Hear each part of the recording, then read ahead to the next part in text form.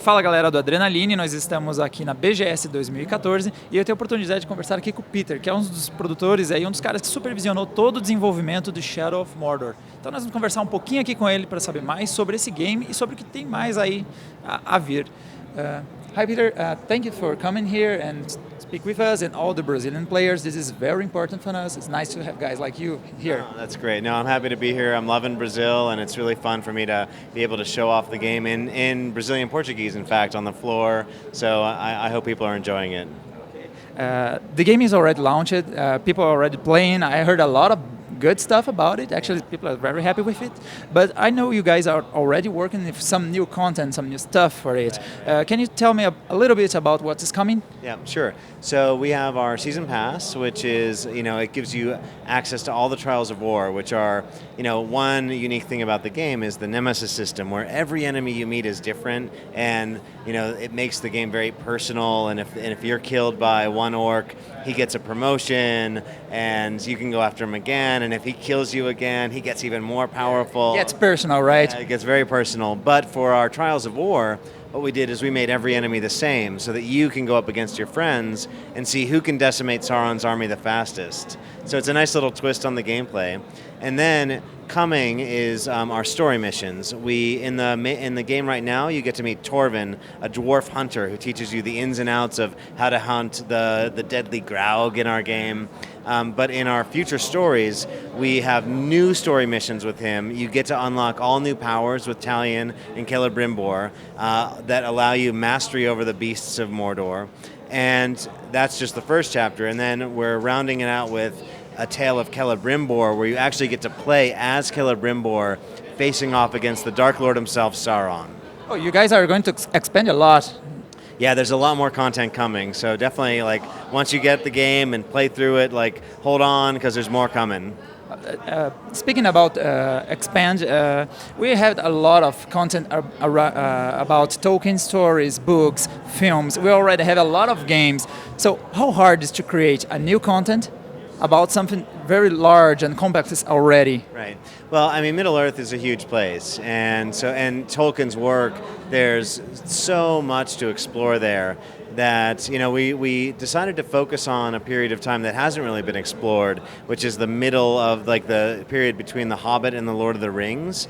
And we also wanted to fully realize Mordor. It's never been anything really seen as anything other than sort of the Ashen Fields and Mount Doom. But here you get to dive into the heart of it, see the armies as they're raising in strength, get to know orc society and how that works, and you even get to see this the green fields of the Sea of Nirn, where they farm the fields and fish the oceans to feed the troops. So you really get to plunge into Mordor, and that's what we wanted to create with this game is really a new experience in the Middle-earth. It's a franchise with a lot of fans already. How is the pressure to create new content, expand? Don't screw it up. I know, right? So yeah, I think it's there's the challenge of that, and there's the expectations that you better not mess this up. But it's also thrilling because we get to create new content there. So, I can just speak personally as a fan of the movies, as a fan of the books, in playing this game, it just deepens my appreciation for what that source material already tells us. And so you'll find artifacts as you go through the game that hold memories of, a little girl who was talking to her father before Mount Doom erupted, or you'll find a wagon wheel which came off a slave train being driven by Uruk in the Second Age battles. So everywhere you turn is just things that enhance your appreciation for Middle-earth and the Lord of the Rings. This is a game for fans of the franchise and for newcomers too. Yeah. What have interested for the both parts? Yeah, absolutely. Like I said, if you're already a fan of the fiction, then this is just going to deepen your appreciation for it. It's going to get you to know Celebrimbor, the elf who forged the Rings of Power. It's his spirit that they call back to Mordor, and so you get to know his backstory a little bit. But for people who are new to Lord of the Rings, you pick up in the beginning and we take you through that story and we introduce you to those characters, so you don't need to know anything about the backstory because we'll take you right along with it. And hopefully, if you don't know nothing about Lord of the Rings and you pick up this game, it just makes you interested to learn more. In the last months, we have seen a lot of games with problems with handle the people expectations about the game. So, Shadow of Mordor is for the fans of the franchise. They are already aware of it, but some people are not aware, and I think it's probably a grateful surprise. Shadow of Mordor. Do you think that help it to people to get amazed with the game because they're not expecting? How is the handle? How you guys producing games are handling all the expectations from the gamers nowadays? I think when we set out to make this game, we set out to do something really innovative, something that would resonate with gamers, whether they loved Lord of the Rings or not.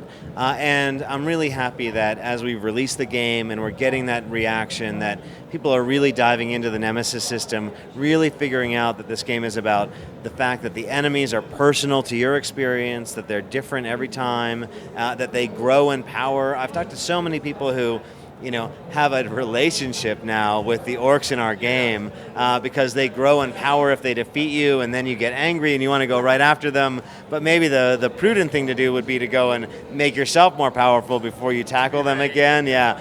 But then, so they end up killing you 3 or 4 times, and they get even more powerful, and then it makes that victory when you finally do take them down even that more sweet.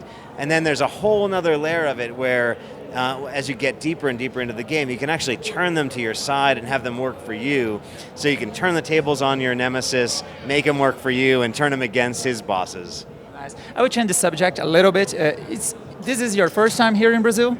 Yeah, well, I came out about 3 weeks ago to announce the game, and I'm thrilled to be back right now, sort of debuting the game and getting the fans' reaction to it. What do you think about our country and the Brazilian players? What do you think about that? No, well, they're so passionate here. The players just love the games, and the hospitality's been amazing, and it's a beautiful place to visit. So I've loved my time here. Nice. Thank you for your answers. Great talking. And galera, continua de olho que a gente vai conversar com mais produtores de games que nem ele, o Peter aqui. E fiquem de olho que vamos ter mais novidades direto aqui da BGS 2014. Um abraço.